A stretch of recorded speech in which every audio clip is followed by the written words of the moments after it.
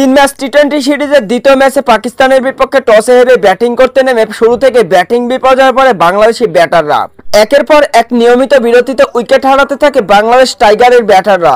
মাত্র 5 রানে অবশ্য প্রথম উইকেটের পতন ঘটে নাঈম শেখের। 7 বলে মাত্র 3 রান করে প্যাভিলিয়নের পথ ধরে নাঈম শেখ। এরপরে লিটন কুমার দাস, তাহিদ হৃদয়, পারভেজ ইমন একের পর এক নিয়মিত বিরতিতে উইকেট হারাতে থাকেন। মাত্র 25 রানে অবশ্য 4টি উইকেট হারিয়ে বসে বাংলাদেশের ব্যাটাররা। এরপরে অবশ্য জাকির আলী অনিক এবং শেখ মাহাদি দুজনে মিলে বড় একটা পার্টনারশিপ করে।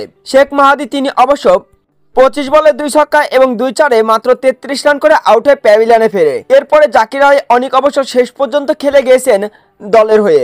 জাকির আলী অনিক অবশ্য 48 বলে 55 রানের স্লো একটা ইনিংস খেলেছেন। যদিও বা ইনিংসটা স্লো ছিল, এরপরে অবশ্য দলকে বড় একটা সংগ্রহ এনে দিতে পেরেছিলেন জাকির আলী অনিক, যার সুবাদে অবশ্য বাংলাদেশি ব্যাটাররা নির্ধারিত 20 ওভারে 10 উইকেট হারিয়ে 133 রান করে। 134 রানের লক্ষ্য পাকিস্তান ক্রিকেট টিমে। 134 রানের লক্ষ্যে পাকিস্তান ক্রিকেট টিম কি পারবে আজকের এই ম্যাচটি জয়লাভ করতে? অবশ্যই কমেন্ট বক্সে জানাবেন।